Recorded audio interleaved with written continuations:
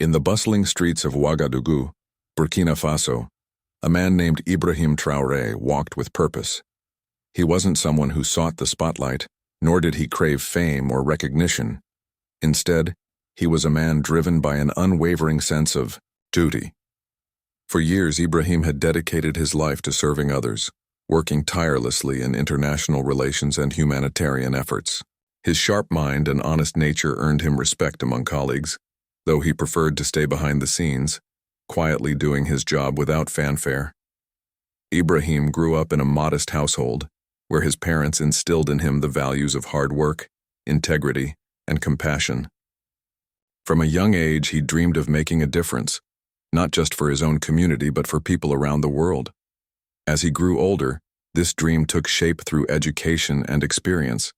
After completing his studies in political science and international affairs, he began working for various non-governmental organizations, NGOs, that focused on peace-building and development. Over time, his reputation as a diligent and trustworthy individual grew, eventually catching the attention of the United Nations.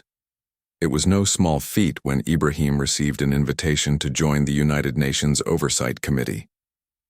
This role placed him at the heart of global diplomacy, tasked with ensuring that the UN's operations remained transparent, ethical, and effective.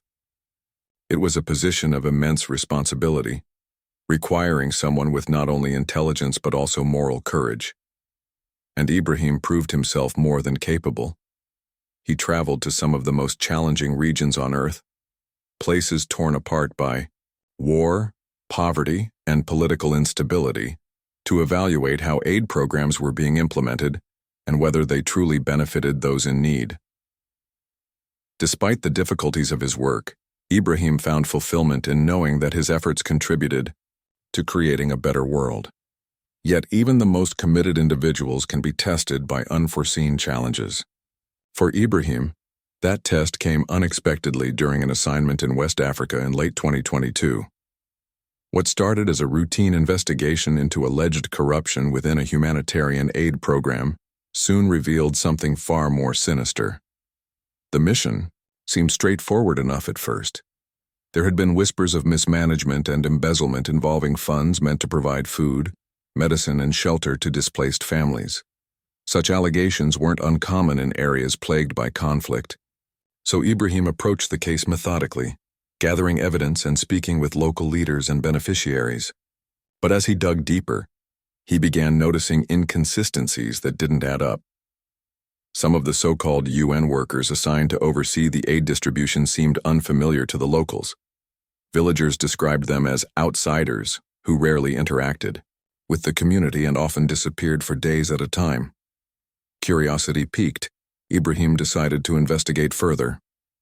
He reviewed personnel files and cross-checked identification documents, only to discover discrepancies. Several individuals listed as UN staff members lacked proper credentials or had suspiciously vague job titles. When questioned, they offered evasive answers, citing confidentiality clauses or claiming ignorance about operational details. Something felt off, and Ibrahim couldn't shake the feeling that he was onto something bigger than mere incompetence. His suspicions deepened when villagers shared unsettling stories. They spoke of seeing these mysterious workers meeting with armed men late at night, often near remote locations away from prying eyes. These encounters contradicted the principles of neutrality and impartiality that defined the UN's mission. The organization existed to help, not to meddle in local conflicts or take sides. Yet here were signs suggesting otherwise, or worse, something entirely different. Determined to uncover the truth, Ibrahim spent long hours poring over documents, analyzing satellite images and interviewing sources. Each new piece of information brought him closer to unraveling the mystery. Slowly but surely, a disturbing picture began to emerge. The strangers posing as UN workers weren't aid professionals at all. Evidence pointed to them being operatives linked to foreign intelligence agencies, specifically American spies. This revelation hit Ibrahim like a thunderbolt. If true, it meant that the United States was exploiting the UN's trusted name and infrastructure to pursue its own covert objectives. Under the guise of humanitarian assistance, these operatives were gathering intelligence, influencing regional politics, and possibly even arming militant groups. The implications were staggering. Not only did this undermine the credibility of the UN, but it also endangered countless lives by diverting resources away from those who desperately needed them. As Ibrahim processed what he had uncovered, he realized the gravity of his discovery. Exposing such a conspiracy would require more than just courage. It would demand meticulous planning and ironclad proof. He knew that powerful forces would stop at nothing to protect their secrets, and he risked everything by pursuing the truth. But abandoning the investigation wasn't an option. Too much was at stake, not just for the people directly affected, but for the future of international cooperation itself. With each passing day, Ibrahim became more determined to see this through. Little did he know, his journey was only beginning. The road ahead would test his resolve, push him to his limits, and force him to confront dangers he could never have anticipated. But one thing was certain. Whatever happened next, Ibrahim Traoré would not back down. As Ibrahim Traoré continued his investigation, the pieces of the puzzle began to fall into place. But they painted a picture darker and more complex than he could have imagined. The whispers from villagers about strange foreigners pretending to be UN workers had seemed like rumors at first, vague, unverified, and easy to dismiss.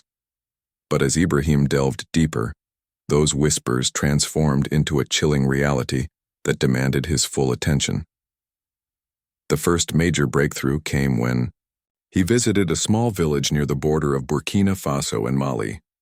The villagers there were wary of outsiders, having suffered years of violence and instability. Yet despite their initial hesitation, they opened up to Ibrahim once they realized he was genuinely interested in helping them. One elderly man, whose weathered face spoke of decades of hardship, recounted how a group of men dressed in UN uniforms had arrived months earlier, setting up a makeshift office in the center of the village. At first, the villagers welcomed them, believing they were there to provide food and medical supplies. But over time, strange things began to happen.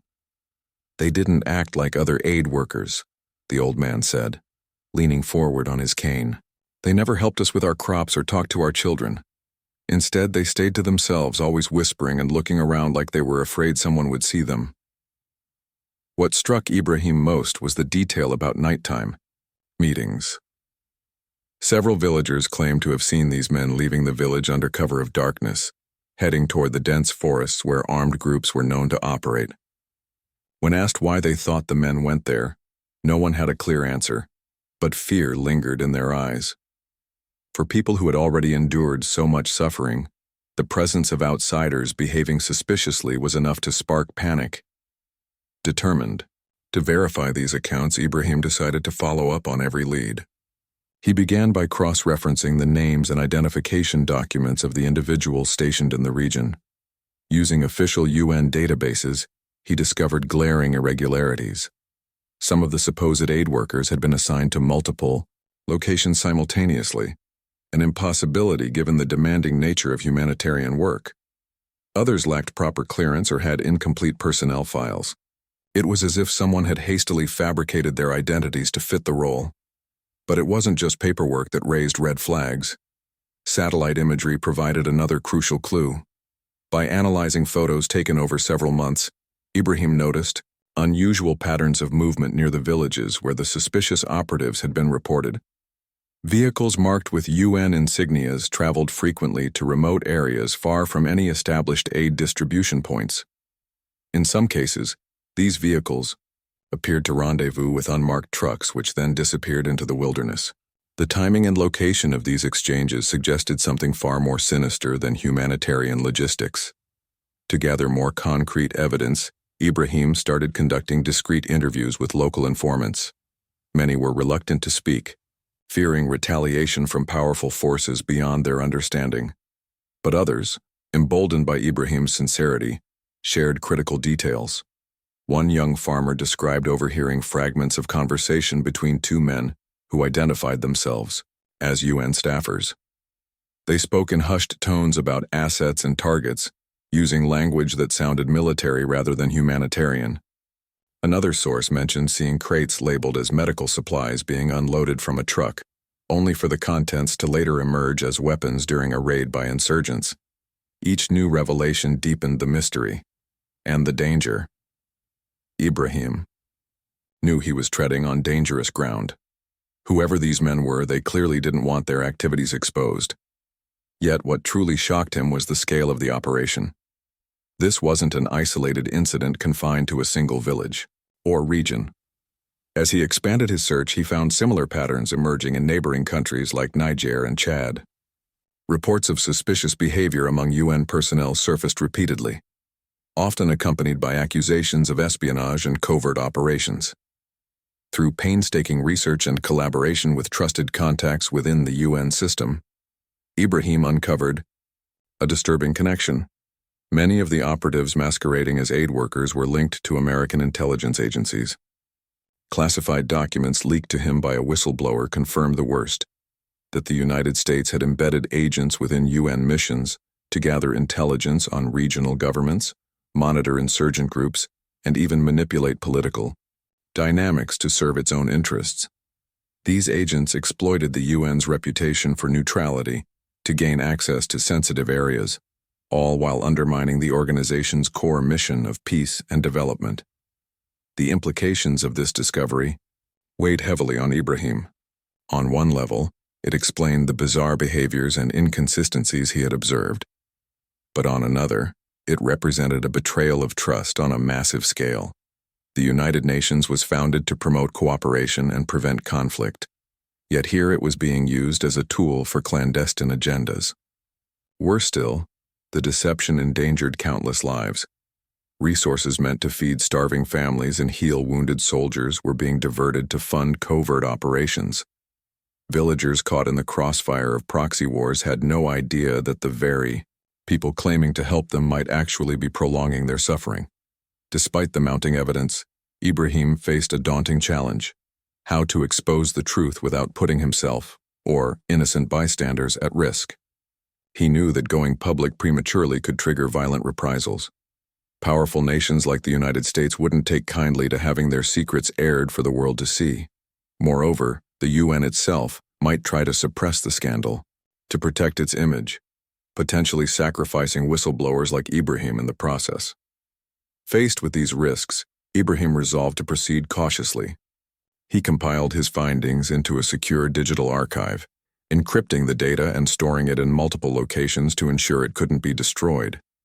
He reached out to a few close allies, trusted colleagues within the Oversight Committee, and independent journalists known for their integrity to share preliminary information. Together, they devised a plan to gradually release the evidence in a way that maximized impact while minimizing harm. But even as he worked behind the scenes, Ibrahim couldn't shake the feeling that he was running out of time. Strange coincidences began piling up. His phone calls were suddenly dropped mid-conversation. Unmarked cars lingered outside his hotel, and one evening, as he walked back from a meeting with a local informant, he felt the unmistakable sensation of being followed. Though he managed to lose his pursuers in the crowded streets, the experience left him shaken. It was becoming increasingly clear that whoever was behind this operation knew he was onto them, and they weren't going to let him expose them without a fight. For Ibrahim, the stakes had never been higher. Every step forward brought him closer to unraveling the conspiracy, but it also brought him closer to danger. Yet despite the risks, he refused to back down. The truth was too important, and the consequences of staying silent were too dire. With each passing day, his resolve hardened. He wasn't just fighting for justice anymore. He was fighting for the soul of an institution that millions of people relied on for hope and survival. And though the road ahead promised to be fraught with peril, Ibrahim Traoré vowed to see it through, to shine a light on the shadows and hold those responsible accountable, no matter the cost. Ibrahim Traoré's investigation had reached a critical point. The evidence he had gathered was damning, but it wasn't enough to bring down the massive conspiracy he had uncovered. He needed irrefutable proof, something that couldn't be dismissed as hearsay or speculation. And so, with a heavy heart and a steely determination, Ibrahim made the most dangerous decision of his life. he would infiltrate the network himself. Disguising his intentions was no small task. Ibrahim knew that if anyone suspected he was onto them, his life would be in immediate danger. To avoid raising suspicion, he adopted the persona of a logistics coordinator, a role that allowed him to move freely between villages and interact with the operatives without drawing too much attention. His cover story was simple yet believable. He was an overworked, mid-level bureaucrat sent to streamline supply chains and ensure aid reached its intended destinations more efficiently. It was a mundane job, one that wouldn't attract scrutiny, but still gave him access to sensitive information. The first few days were nerve-wracking. Ibrahim kept his head down, observing everything around him while pretending to focus on his assigned tasks. He listened carefully to conversations, noting how the operatives spoke in code and avoided discussing their true objectives openly. They referred to themselves as field agents rather than aid workers, and their discussions often revolved around packages, deliveries, and contacts. At first glance, these terms seemed innocuous, but in context, they hinted at something far more sinister. To blend in, Ibrahim participated in routine activities like inventory checks and vehicle maintenance. But beneath the surface, he was gathering intelligence. He photographed documents left unattended on desks, recorded snippets of coded conversations using a hidden device, and even managed to sneak into restricted areas under the pretense of inspecting storage facilities. What he found there shocked him to his core. In one warehouse, crates marked as medical supplies contained not bandages or antibiotics, but advanced surveillance equipment and encrypted communication devices. In another, he discovered boxes filled with weapons, rifles, ammunition, and even explosives, carefully concealed beneath layers of tarps and labeled as non-perishable food items. These weren't resources meant to help the people of West Africa. They were tools designed to fuel conflict and manipulate regional power dynamics. But perhaps the most chilling discovery came when Ibrahim stumbled upon a cache of forged identification documents. The files included fake passports, driver's licenses, and UN credentials, all meticulously crafted to create convincing covers for the operatives. Some of these IDs belonged to real people who had been coerced or bribed into providing their personal information, while others were entirely fabricated. It was clear that whoever was orchestrating this operation had gone to great lengths to ensure their agents could operate undetected. As the days turned into weeks, Ibrahim grew increasingly uneasy. He was getting closer to the truth, but he also felt the weight of the risks he was taking. Every interaction, every movement, every decision carried the potential for disaster. One wrong step could expose him, and he knew exactly what that meant. The operatives didn't tolerate mistakes or threats to their mission. His fears were confirmed one evening when two men cornered him in a dimly lit hallway outside his hotel room. Dressed in plain clothes, they approached him casually, as though they were old friends catching up. But their body language told a different story. Their hands hovered near their waists, ready to grab whatever weapons they carried beneath their jackets. Their eyes scanned the corridor, ensuring they were alone.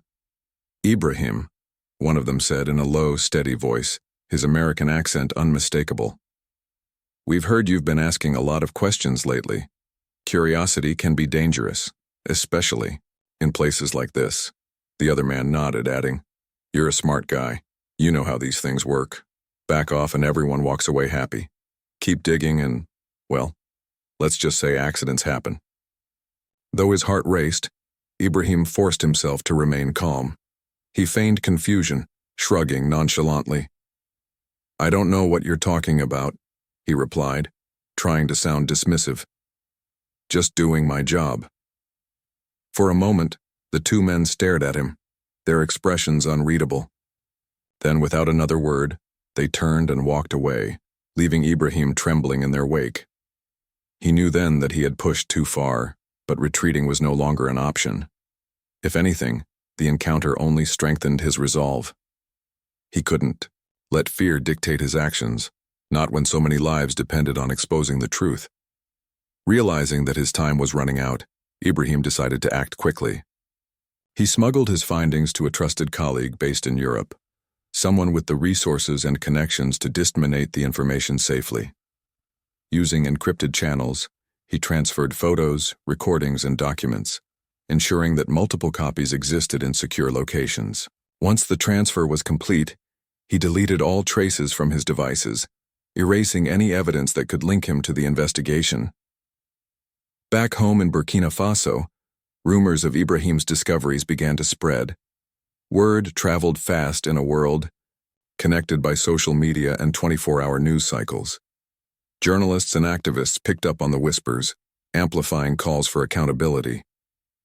Protesters took to the streets demanding answers from both their governments and the United Nations.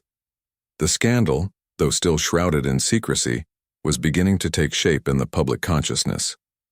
For Ibrahim, however, the situation remained precarious. Despite successfully passing on the evidence, he became a marked man. Death threats poured in daily, forcing him into hiding. Friends and family urged him to abandon the fight, warning him that he was risking everything for a cause that might never see justice. But Ibrahim refused to give up.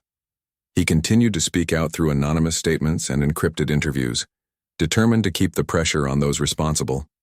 Even in exile, Ibrahim's courage inspired others. Grassroots movements rallied around his story, organizing protests and campaigns to demand transparency and reform. Artists painted murals of him as a symbol of resistance against corruption and exploitation. Writers penned articles and books, detailing his bravery, while filmmakers began planning documentaries to bring his struggle to a wider audience. Though he remained in the shadows, his presence loomed large in the collective imagination of those who believed in a fairer, more just world. Despite the constant danger, Ibrahim found solace in knowing that his efforts had sparked a global conversation. People were waking up to the reality of how power could be abused, even within institutions meant to protect them. For the first time in years, there was hope that change was possible. And though the road ahead promised to be long and difficult, Ibrahim held on to that hope with unwavering faith. He had sacrificed everything to shine a light on the darkness, and he knew that his legacy would endure long after the dust settled. The moment Ibrahim Traoré released his explosive findings, the world seemed to stop and take notice. The whistleblower platform he chose was small, but reputable, known for protecting sources and verifying information before publishing. Within hours of uploading the encrypted files, complete with photographs, documents, communications logs, and satellite imagery, the story began to spread like wildfire. Journalists from major news outlets scrambled to verify the claims, and soon, headlines across the globe screamed about Operation False Flag, the covert American intelligence operation masquerading as UN humanitarian aid. At first, skepticism reigned supreme. Many dismissed the allegations as conspiracy theories or anti-American propaganda. After all, accusing a global superpower of exploiting the United Nations, one of humanity's most respected institutions, was no small matter. But as more details emerged, it became impossible to ignore the mounting evidence. Independent analysts corroborated Ibrahim's findings, pointing out inconsistencies in personnel records, tracking suspicious movements through satellite data, and even uncovering leaked memos that confirmed the involvement of U.S. intelligence agencies. For ordinary citizens around the world, the revelation struck a deep chord. People who had once placed their trust in international organizations now felt betrayed. In West Africa, where Ibrahim's investigation had begun, outrage reached fever pitch. Villagers who had suffered years of conflict and poverty realized they had been pawns in a much larger game. The weapons and surveillance equipment disguised as aid supplies hadn't just failed to help them, they had actively contributed to prolonging their suffering. Protests erupted in cities and towns, with demonstrators chanting slogans like "No more lies" and "Justice for the betrayed." The anger wasn't limited to Africa. Across Asia, Latin America, and the Middle East, similar stories surfaced of foreign operatives infiltrating UN missions under false pretenses. Communities that had welcomed aid workers with open arms now questioned whether those same workers had ulterior motives. Even in Europe and North America, public opinion shifted dramatically. Citizens demanded answers from their leaders. How could such a betrayal happen? Why had no one noticed sooner? And what would be done to hold those responsible accountable? Governments found themselves caught between outrage and damage control. Allies of the United States expressed shock and disappointment, calling for transparency and accountability. Some openly condemned the actions of their partner nation, while others issued cautious statements urging calm and cooperation. Diplomats worked tirelessly behind closed doors to contain the fallout, but the scandal had already taken on a life of its own. Social media amplified every twist and turn, with hashtags like "Expose the Truth" and "Stand with Ibrahim" trending worldwide. Meanwhile, the United States government faced intense scrutiny. At first, officials denied any wrongdoing, labeling the report as unsubstantiated and accusing Ibrahim of fabricating evidence to undermine U.S. interests. However, the sheer volume of proof made denial untenable. When confronted with satellite images showing weapons transfers and audio recordings of operatives discussing covert missions, U.S. representatives resorted to vague explanations about national security priorities and protecting global stability. These excuses only fueled further anger, as critics pointed out that the real victims of these operations were innocent civilians caught in the crossfire. Under immense pressure, the United Nations launched an internal investigation into the allegations. It was a fraught process, riddled with tension and resistance at every step. High-ranking officials within the organization attempted to downplay the issue, fearing that admitting complicity, even unwittingly, would tarnish the UN's reputation irreparably. But grassroots movements refused to let the matter fade away. Activists staged sit-ins outside UN headquarters, demanding full transparency and accountability.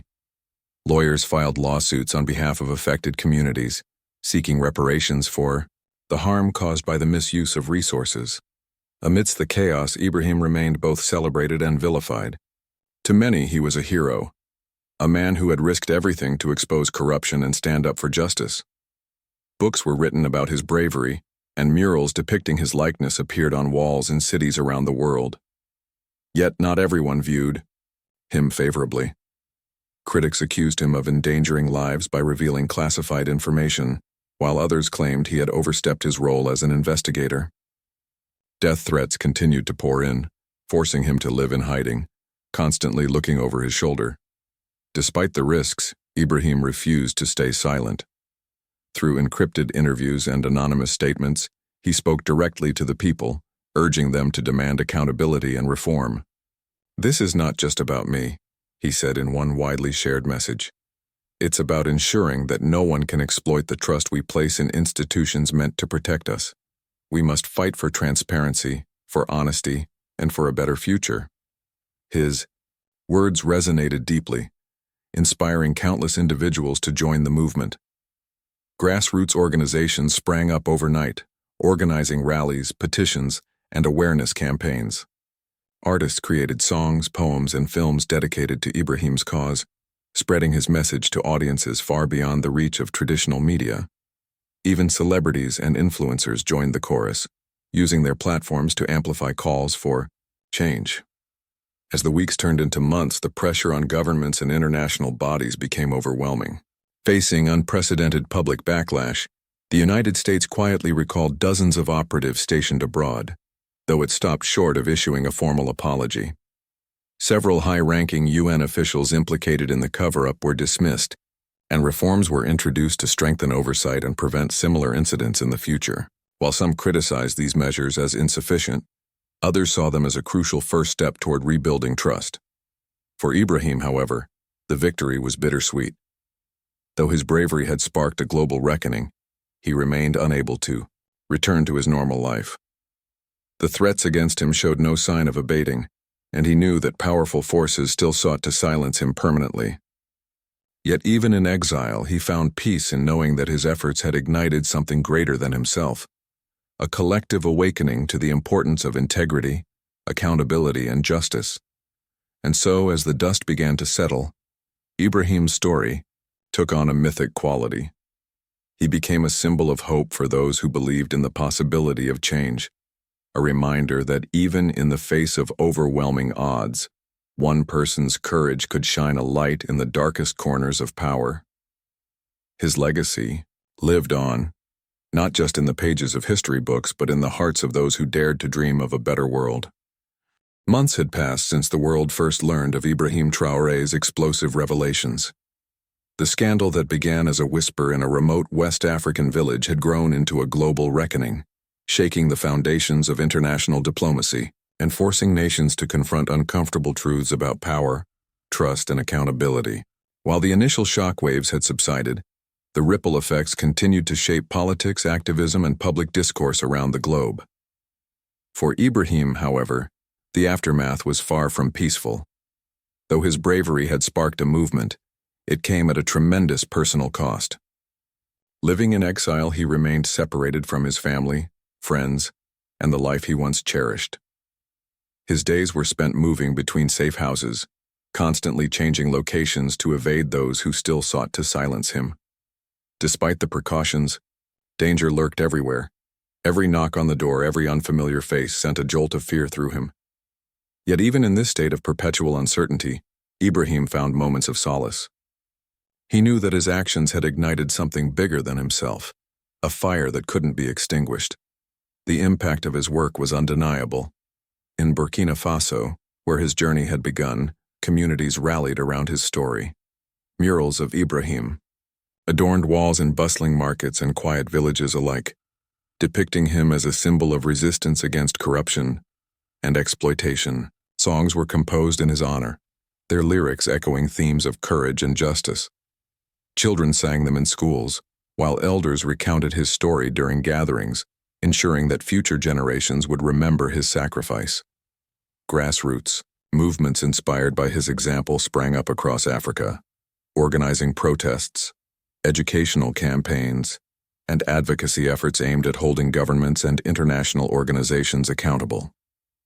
Beyond Africa, Ibrahim's influence reached farther than anyone could have imagined. In Europe, activists marched through city streets carrying banners emblazoned with slogans like "Truth over Power" and "No More False Flags." In Asia and Latin America, similar movements gained momentum, driven by people who saw parallels between Ibrahim's fight and their own struggles against systemic injustice. Even in the United States, where criticism of his actions persisted among certain circles, ordinary citizens began questioning the ethics of their government's foreign policies. Public forums and town hall meetings became platforms for discussing transparency, sovereignty, and the misuse of humanitarian aid. Artists and creators played a pivotal role in amplifying Ibrahim's message.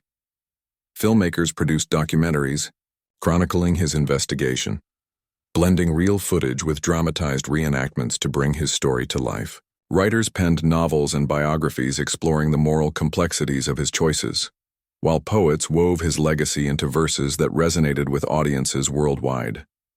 Musicians crafted anthems celebrating his courage, their songs becoming rallying cries for protesters and advocates alike. Through these creative expressions, Ibrahim's name became synonymous with integrity and defiance, qualities that transcended borders and united people from all walks of life. On the institutional level, change was slower but no less significant. The United Nations, though initially reluctant to address the scandal head-on, eventually implemented sweeping reforms to restore public trust. Independent oversight committees were established to monitor personnel and operations more rigorously. Background checks for UN staff were tightened, and mechanisms were introduced to allow whistleblowers to come forward without fear of retaliation.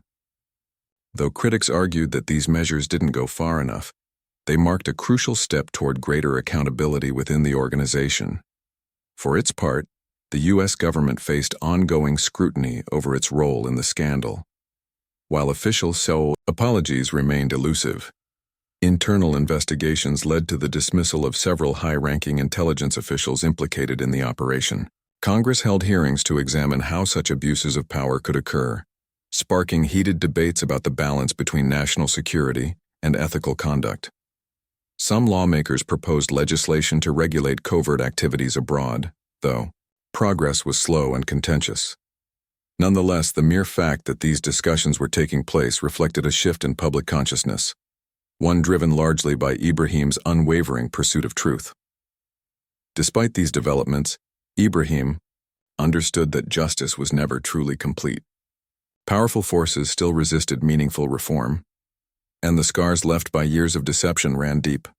Communities devastated by conflict and exploitation continued to struggle, their wounds far from healed. But even amid the lingering pain, there was hope. People were waking up to the realities of systemic abuse and demanding change. They were organizing, speaking out, and refusing to accept the status quo. And in that collective awakening, Ibrahim found purpose. Though he longed to return home, Ibrahim accepted that his fight was far from over. From his hidden refuge, he continued to speak out through encrypted messages and anonymous interviews, offering guidance to activists and sharing insights gleaned from his experiences. He emphasized the importance of unity, urging disparate groups to set aside differences and focus on shared goals. "We are stronger together," he often said. "When we stand united, no force can silence us." As time went on, rumors began circulating that Ibrahim might one day emerge from hiding to lead a broader movement for reform. Speculation grew that he could run for office or spearhead an international coalition dedicated to transparency and accountability. While nothing was confirmed, the idea captivated imaginations around the world. For many, the thought of seeing him step into a leadership role represented the ultimate triumph of courage over fear, of light over darkness. Yet, whether or not he ever returned to the public eye, Ibrahim's legacy was secure. His story served as both a warning and an inspiration, a reminder of the dangers posed by unchecked power and the transformative potential of individual courage. He had shown the world that even in the face of overwhelming odds, one person could make a difference. By shining a light on the shadows, he had forced humanity to confront uncomfortable truths, and in doing so, he had paved the way for a brighter, more just future. And so, as the sun set on another day in exile, Ibrahim allowed himself a rare moment of reflection. He thought about the villagers who had trusted him with their stories, the colleagues who had risked everything to help him, and the millions of strangers who now carried his torch. Though the road ahead remained uncertain, he felt a profound sense of gratitude for the support he had received, for the lives touched by his efforts, and for the knowledge that his fight had not been in vain. In the end, Ibrahim Traoré wasn't just a man. He was a symbol of hope, a testament to the enduring power of truth. And though his journey was far from finished, the world would forever bear the imprint of his courage, a beacon guiding humanity toward a better tomorrow.